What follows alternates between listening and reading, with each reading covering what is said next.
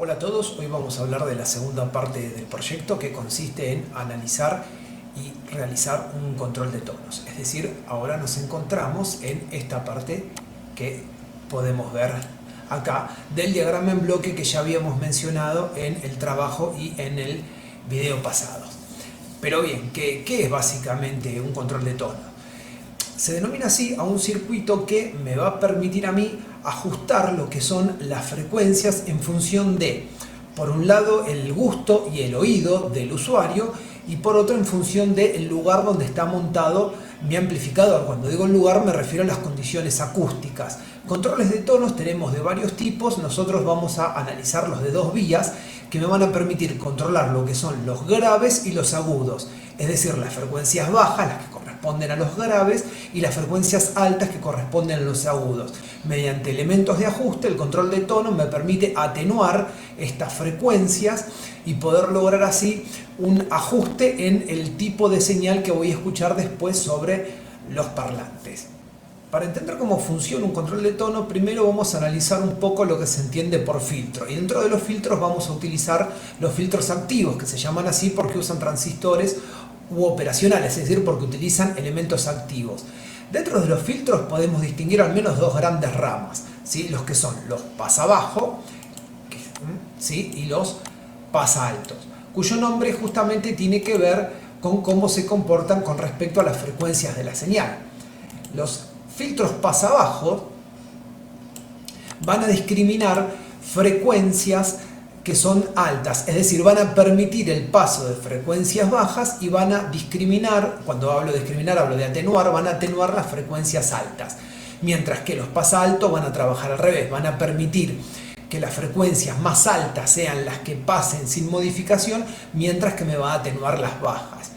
Acá hay dos diagramas en los cuales se ve la frecuencia en función de, y acá hay un concepto que no lo vamos a introducir ahora, explicar ahora lo que es un decibel a la distancia y cómo hacen el corte de frecuencia y lo que es la frecuencia de las que son las octavas y las décadas en función a la frecuencia de corte es bastante complejo, así que vamos a pensar que esto es la atenuación, ¿sí? El factor de atenuación en función de una frecuencia que vamos a llamar, que podría ser por ejemplo esta, que vamos a llamar la frecuencia de corte. Es decir, que yo voy a tener aquí que las frecuencias bajas van a venir tranquilamente porque vemos que no hay atenuación, y pasado una determinada frecuencia va a empezar a caer la señal de salida, o sea, va a empezar a atenuar, y entre más se aleje, entre más grande sea la frecuencia que yo inyecto al filtro con respecto a esta, que es mi frecuencia de corte, mayor va a ser mi atenuación.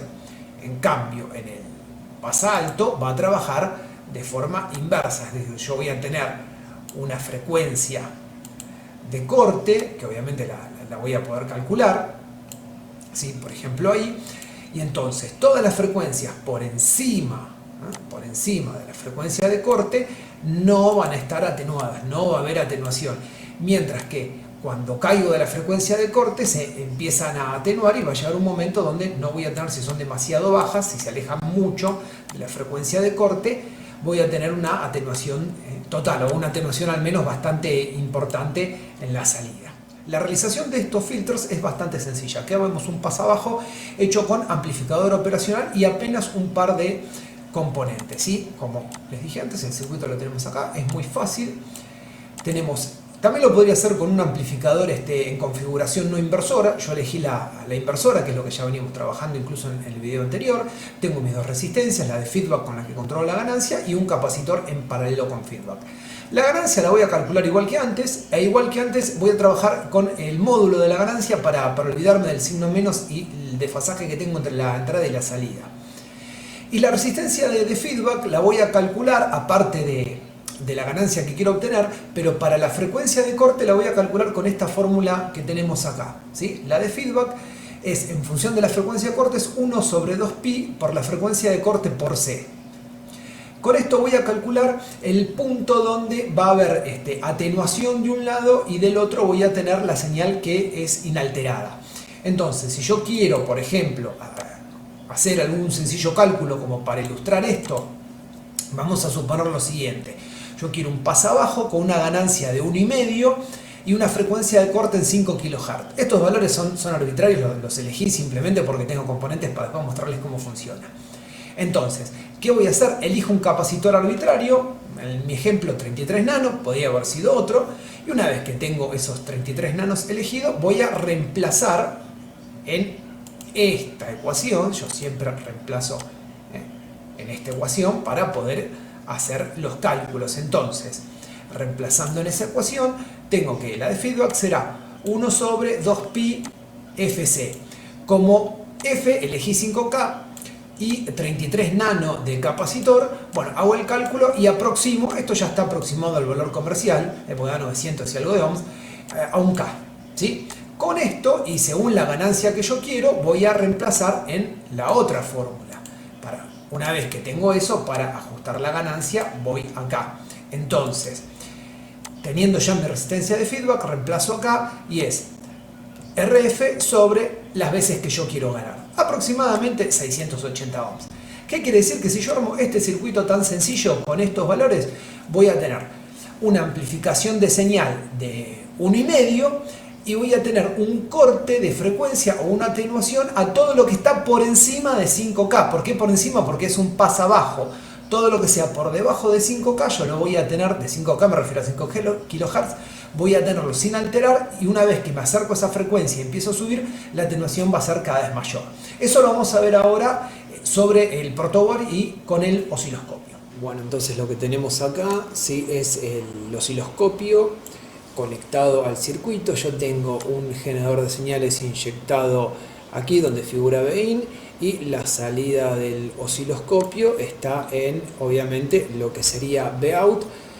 Esto que vemos acá, lo que visualizamos aquí, es la señal de entrada y esta es la señal de salida, que vamos a ver que tiene una ganancia aproximadamente de 1,5. Los dos canales del osciloscopio están en la misma división de voltaje-tiempo, así que fíjense que podemos ver, más allá de que obviamente la señal está invertida, que la señal de salida es aproximadamente 1.5 veces la de entrada, que era lo que yo quería, ¿sí? Lo voy a volver a colocar donde estaba abajo, antes. Y ahí yo tengo una frecuencia que está por debajo de los 5K, porque recordemos que esto es un filtro pasabajo. Entonces voy a ver que la señal de salida está amplificada, no hay ninguna atenuación, y de hecho si yo bajo la frecuencia, ¿ven? Ahí estoy bajando la frecuencia, no tengo ninguna atenuación, la señal sigue siendo la misma. Puedo cambiar el rango de frecuencia del osciloscopio desde acá, simplemente para ver, ahí lo ajusto, el parpadeo porque es normal, estoy en frecuencias bajas, que no tengo atenuación. ¿Por qué? Porque se debe que esto es un filtro pasabajo. Pero ¿qué va a pasar cuando yo me acerco al valor de la frecuencia de corte? Es decir, cuando la frecuencia empieza a subir, ¿ven? Ahí, fíjense, ahí estoy haciendo que la señal sea más frecuente, por eso es que se empieza a ver así como que se está solapando, y vemos cómo ya empieza a caer lo que es la amplitud. Ya esto no es tan grande como en antes, ya empieza a ser más chica la salida, y cada vez entre mayor frecuencia menores de amplitud porque se está atenuando. Si yo voy a frecuencias todavía mayores, cambio otra vez rango de osciloscopio y ajustamos, ven, voy a frecuencia todavía mayores, voy mayores, y cada vez tengo menor amplitud sobre la salida hasta tener prácticamente lo que sería una atenuación al menos casi total. Entonces, cualquier frecuencia alta no va a poder o va a ser atenuada, mientras que las frecuencias bajas van a pasar libremente. Veamos entonces el ejemplo de un filtro pasalto. Como vemos en el circuito, prácticamente el único cambio que se hizo es el capacitor, que estaba de estar en paralelo a la resistencia de feedback, ahora está en serie. Eso va a hacer que las frecuencias altas puedan transitar libremente por esta parte. Ahora bien, el cálculo que yo pongo de ejemplo es el mismo del anterior. Es decir, ¿por qué? Porque la fórmula es exactamente la misma. La forma de calcular la resistencia de feedback en función de la de corte no me cambian absolutamente nada. Por lo tanto, no voy a volver a rehacer los cálculos, sino que voy a remitirme al ejemplo anterior. ¿Cuál va a ser la diferencia? Que ahora, al armarlo de este modo, las frecuencias que van a poder pasar a través del filtro libremente son aquellas mayores a 5 kHz. Es decir, todo lo que sea menor a 5 kHz va a estar atenuado, por eso es un pasalto, solamente me deja pasar frecuencias altas. Y lo que sea de 5 kHz en adelante va a estar amplificado a 1,5, que es lo que habíamos calculado. Vamos a ver también el funcionamiento en el protoboard. Bien, ahora filtro pasa alto, lo mismo, el generador a la entrada, donde está marcado Bain, y voy a revisar qué pasa en la salida. Ahí tengo una frecuencia relativamente alta, tengo seteado el generador por orden de los 100K, y como vemos la salida, ¿sí?, sigue manteniendo su relación de amplificación de 1,5, ¿sí?, y no presenta ningún tipo de atenuación ni deformación. ¿Por qué? Porque es un filtro pasa alto. El tema va a ser cuando yo vaya disminuyendo la frecuencia, ¿sí? Voy disminuyendo la frecuencia y ya debería empezar a notar, sobre todo cuando me acerque a este rango, vamos a ajustar, ¿ven? Yo me empiezo a acercar a los 5 kHz, que es la frecuencia de corte, y cada vez esto es menor, cada vez tengo menor amplitud, ajusto la base de tiempo, menor amplitud, ¿por qué? Porque se va a ir atenuando, ¿sí?, hasta que va a llegar un punto donde prácticamente, vemos acá, la atenuación es casi total. Entre más baja la frecuencia, entre más me aleje por debajo de la frecuencia de corte, más va a ser la atenuación. Y de ahí también el nombre del filtro, ¿sí?, que es un pasa alto, recordemos, no va a dejar pasar o va a discriminar las frecuencias bajas. Bueno, y aquí tengo a lo que queríamos llegar, que es el control de 2 vías, ¿sí?, para poder controlar graves y agudos, un control de 2 vías tipo Baxandall. Este tipo de control tiene 2 potenciómetros de ajuste, que son los que me permiten controlar los bajos y los agudos. Entonces yo, ajustando esto, puedo manejar lo que tengo a la salida. Esta parte es la que viene del preamplificador y esta parte es la que va a ir a mi potencia de audio. A través entonces del ajuste de estos dos, yo voy a poder atenuar o no los agudos, ¿sí?, y los graves para lograr, bueno, nada, ajustarlo, como dije antes, al lugar donde estoy, o simplemente adaptarlo a mi oído o al tipo de música que quiero escuchar, simplemente en función de gustos. También vamos a ver su operación a través del osciloscopio y en protoboard. Y ahora ya con el Baxandall completamente armado, igual que antes, aquí inyectamos la entrada del generador para probar, y acá vamos a tener el osciloscopio para ver qué pasa cuando hacemos el ajuste de los potenciómetros, de los graves y de los agudos, o de las frecuencias bajas y las frecuencias altas. Ahí yo tengo una frecuencia media que está en el orden de los kilohertz, al menos de un par de kilohertz. Esto que vemos acá es la salida. Ahora no importa en qué posición tengo los volts por división, sino simplemente observar cómo trabajan los dos potenciómetros. Como es una frecuencia media, yo debería poder tocar tanto este como este y no alterarse la salida, ¿sí? Es decir, que yo voy a modificar, ahí estoy moviendo, aunque no se puede, ahí se aprecia mejor, ahí estoy moviendo el potenciómetro y no tengo variación en la señal de salida, y lo mismo va a pasar con esto. Yo estoy moviendo el eje del pote y no hay ningún tipo de variación. ¿Por qué? Porque es una frecuencia intermedia. Ahora, ¿qué va a pasar si yo voy a una frecuencia baja? Ajustamos ahí la escala de tiempo. Yo estoy en una frecuencia baja. Entonces, si yo toco este pote, el que tengo acá, el de los agudos, bueno, ¿qué va a pasar? Absolutamente nada. ¿Por qué? Porque controla los agudos y ahí estoy en los bajos. Son frecuencias bajas esas. Así que, por más que yo gire, ven, no tengo cambio en la señal. Ahora bien, si yo empiezo a ajustar o a modificar esto, ven cómo puedo atenuar o dar ganancia a los graves. Bien. Si paso a una frecuencia alta, vamos a ajustar también la escala de tiempo, obviamente si yo toco los bajos, ven que no hay ningún tipo de modificación en la señal de salida.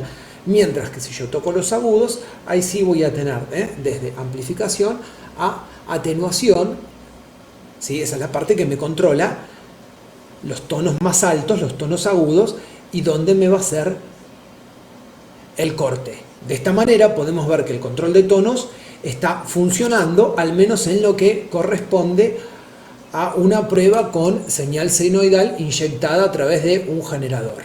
Bueno, bien, una vez hecho esto, la prueba con audio la vamos a hacer recién en el tercer video, donde ya incorporamos la etapa de potencia. Ahora nos limitamos simplemente a ver cómo trabajan en función de una onda inyectada con el generador de señales.